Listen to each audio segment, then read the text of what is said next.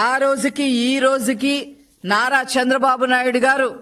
ముఖ్యమంత్రి స్థానంలో ఎప్పుడూ కూడా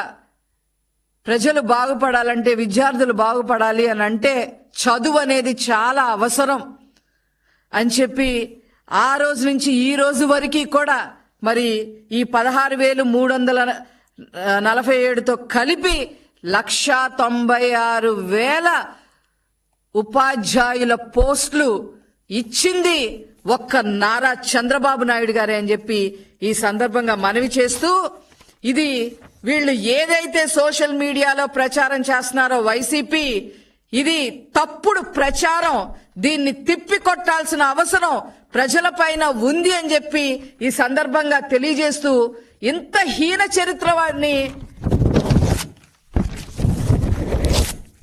ముక్కలుగా వైసీపీ పార్టీని చెయ్యాలి అని చెప్పి ఈ సందర్భంగా నేను తెలియజేస్తా ఉన్నాను.